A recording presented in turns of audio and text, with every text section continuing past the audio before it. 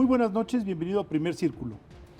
Buenas noches, soy Carlos Elizondo aquí en Primer Círculo y hoy vamos a discutir pues una nueva ley que se está discutiendo. El Congreso siempre tiene nuevas leyes, pero en este caso es una ley que amenaza la posibilidad de hacer historia en México.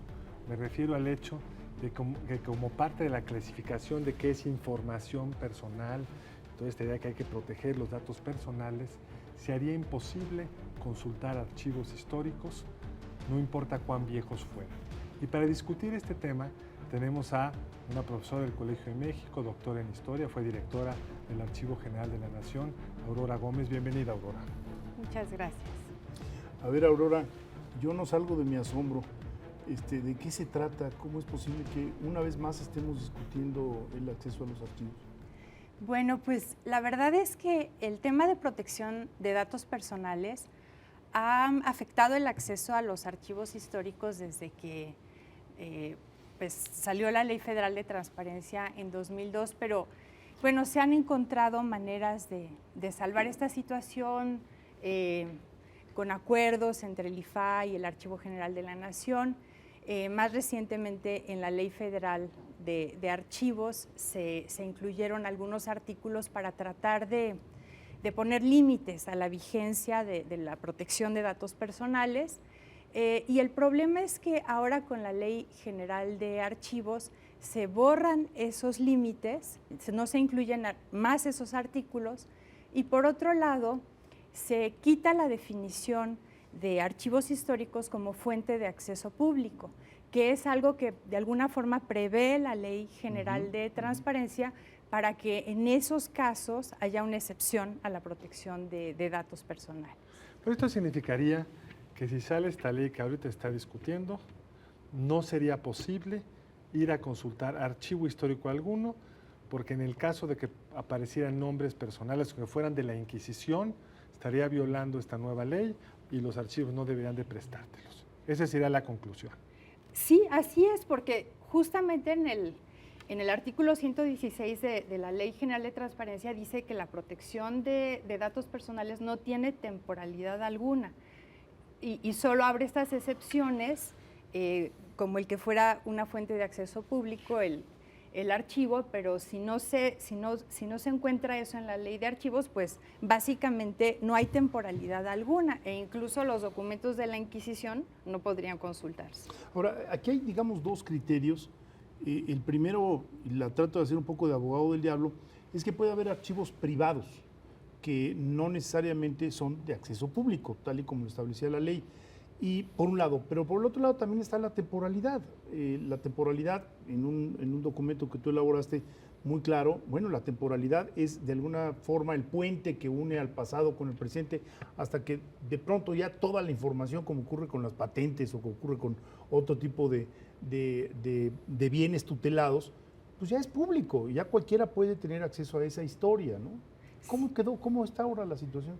Sí, pues bueno, así es en los diferentes países. Sí. Por ejemplo, en Estados Unidos, los documentos después de 25 años automáticamente se les quita lo confidencial, se desclasifican y eso ya permite su acceso, a menos que los generadores, digamos, quienes produjeron esa información, den un argumento válido para que esos se puedan considerar que tienen una...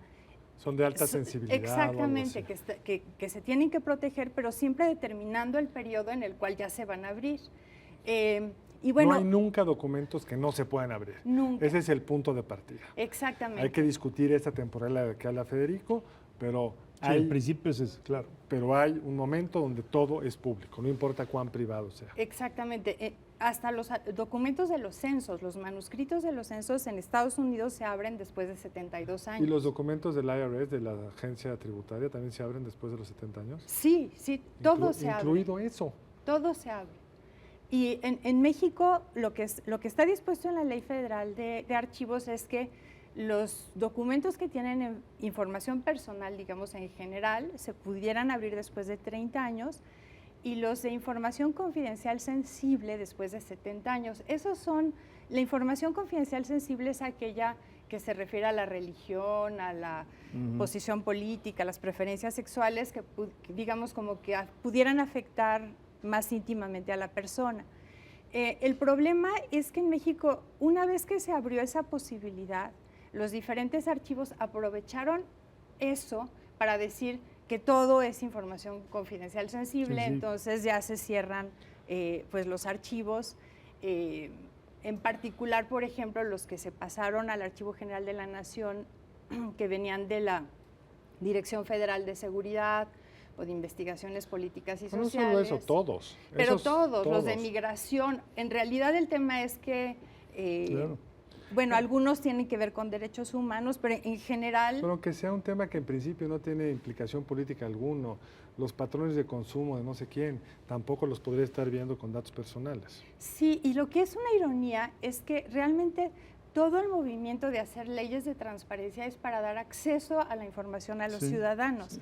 Y justamente esto termine negando el acceso a la información a los ciudadanos sobre documentos históricos, que en realidad fue la primera información de acceso público que tuvimos en México, digamos. Es un retroceso monumental. Es un retroceso. ¿Por qué y en qué fase del proceso legislativo estamos? ¿Por qué estamos acá? ¿Quiénes son los actores que están impulsando esto? ¿Y qué se puede hacer para llevar a feliz puerto esta reforma legal? ¿Dónde estamos? ¿Cuánto falta para ser aprobada? Bueno, esta ley se está ahora, bueno, hay una propuesta, un anteproyecto de esta ley que se está discutiendo en el Senado y bueno, es justamente en esa Cámara donde tendría que salir ya el proyecto de ley y pues sí es muy importante que tomen en cuenta esta situación porque realmente dejarían a los historiadores completamente, ahora sí que sin materia de trabajo, ¿verdad? Sería el fin de la historia. Exactamente. Ahora, ¿es perversidad de alguien o es incompetencia o es una suma de las dos partes? ¿Qué es? ¿Por qué está pasando eso ahorita? ¿Por qué meternos en un problema que además hay prácticas internacionales muy bien definidas? No es que somos el primer país que legisla al respecto. Bueno, pues pienso que se ha privilegiado en la redacción de tanto de la ley de transparencia como a la de archivos al tema del, digamos, de la rendición de cuentas y de los archivos del presente, los archivos administrativos, y en ese sentido, bueno, realmente tiene aspectos muy positivos la ley, pero realmente no se ha considerado el tema de la historia, que es tan importante, y no sé, o sea, tal vez se les ha pasado de largo,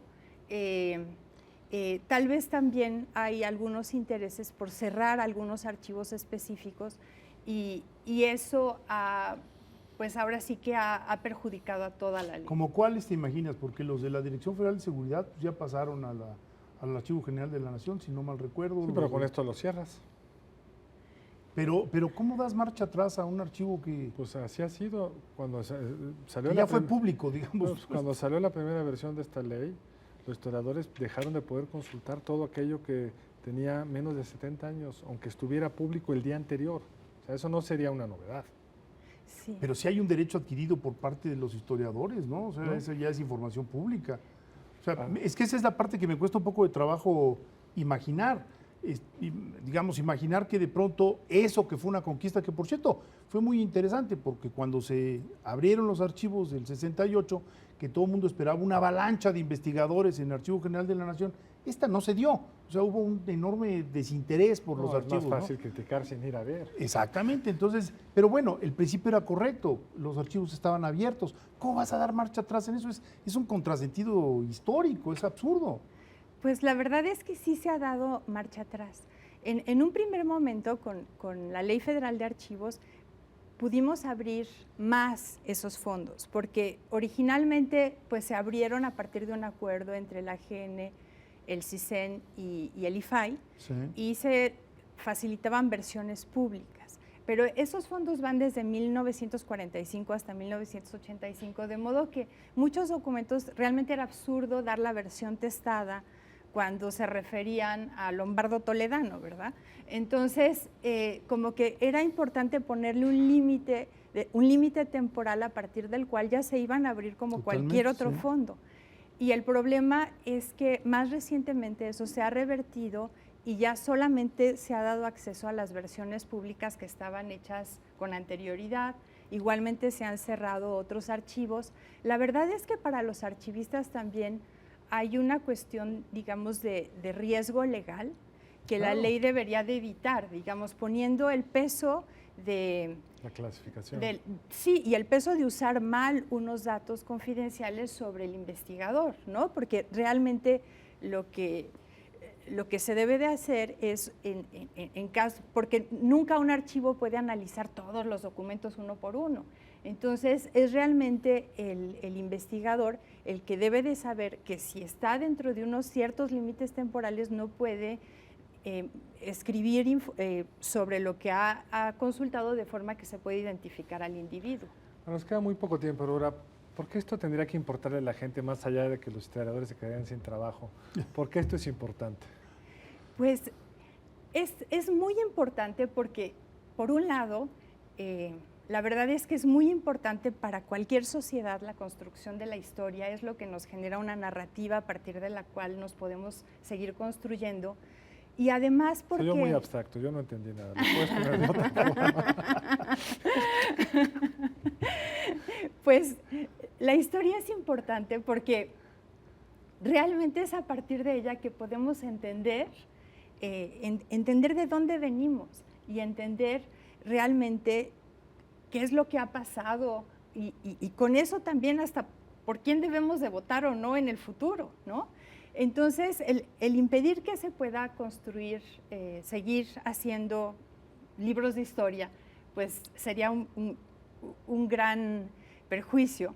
Pero además hay mucha información que está en los documentos, que no es de un pasado tan antiguo, digamos, que es un pasado más reciente que realmente atañe incluso a la posibilidad de generar una rendición de cuentas en caso, por ejemplo, de violación grave a derechos humanos. Para entender los procesos en los que estamos. ¿Quién es culpable no solo de los derechos humanos, de una mala decisión de política o lo que sea, ¿no? Sí, un investigador norteamericano de una agencia que se llama, bueno, que es sobre archivos de seguridad nacional, decía que era una vergüenza para México el que muchos de los asuntos, digamos, graves más recientes que han ocurrido, como la matanza de Aguas Blancas, temas de esa naturaleza, pues se han podido investigar solo en los archivos norteamericanos, porque nada en los archivos mexicanos. Bueno, tenemos que despedir el programa. Aurora, de verdad, mil gracias porque nos viniste aquí a despabilar sobre un asunto que está allí, que es muy delicado, porque sin historia, como le decía Aurora, no hay, al fin y al cabo, no hay una narrativa de qué es lo que somos y por qué somos lo que somos. ¿Qué podemos ser? Y qué podemos ser. Pero tenemos que despedir el programa, mi querido Carlos. Así es que buenas noches, nos vemos en la próxima de Primer Círculo. Buenas noches, los esperamos el siguiente lunes.